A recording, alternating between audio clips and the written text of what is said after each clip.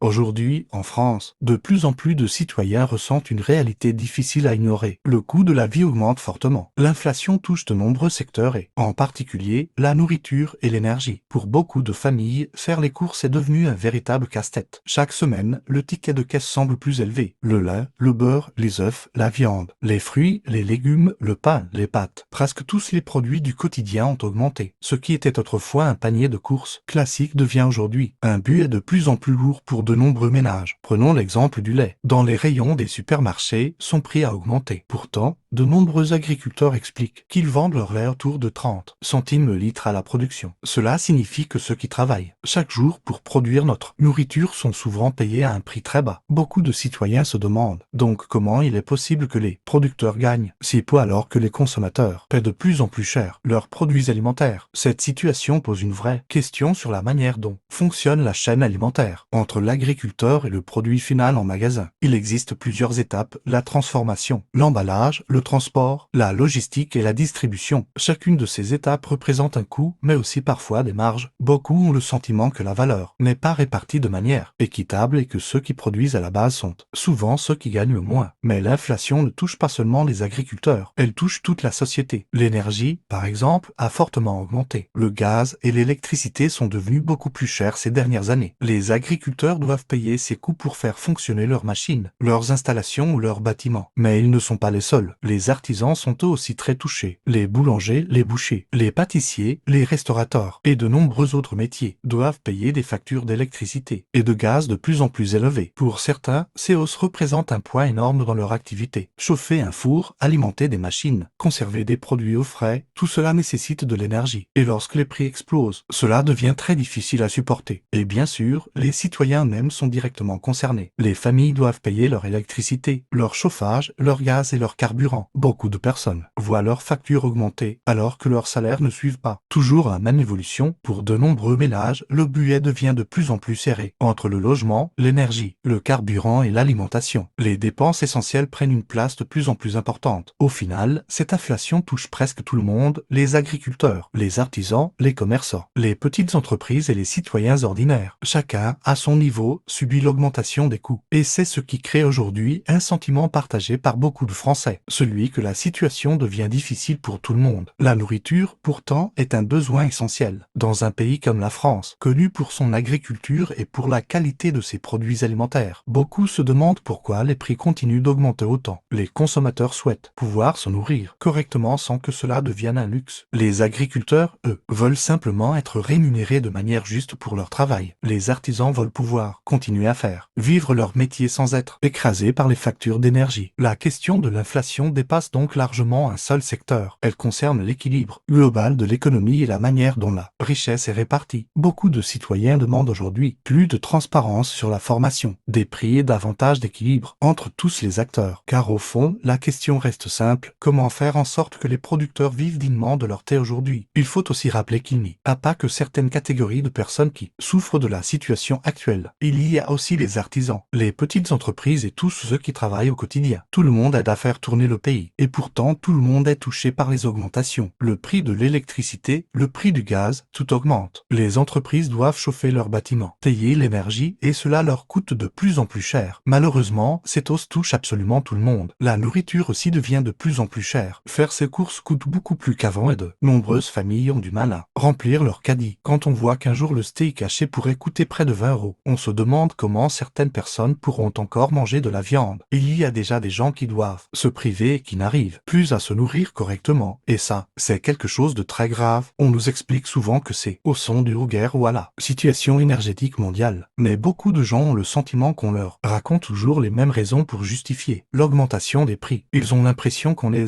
prend pour des imbéciles et que les prix montent sans que leur pouvoir d'achat suive. Beaucoup se souviennent aussi de l'époque du franc. Avec le FRANC, on avait l'impression de pouvoir remplir un caddie entier de nourriture. Aujourd'hui, avec l'euro, on a parfois l'impression que le caddie se vide plus vite. Par exemple, une baguette coûtait environ 50 centimes et beaucoup de produits semblaient bien plus accessibles qu'aujourd'hui. Au final, ce qui est certain, c'est que la vie est devenue très difficile pour énormément de personnes. Entre l'énergie, la nourriture et toutes les dépenses du quotidien, beaucoup de Français ont le sentiment de devoir faire toujours plus d'efforts, simplement pour vivre normalement Ravaille, que les artisans puissent continuer leurs activités et que les citoyens puissent se nourrir correctement sans que leur budget soit constamment sous pression. L'inflation actuelle rappelle une chose importante: derrière chaque produit, il y a des personnes, des agriculteurs qui produisent, des artisans qui transforment, des commerçants qui vendent et des familles qui achètent. Trouver un équilibre juste entre tous ces acteurs est aujourd'hui l'un des grands défis pour l'avenir.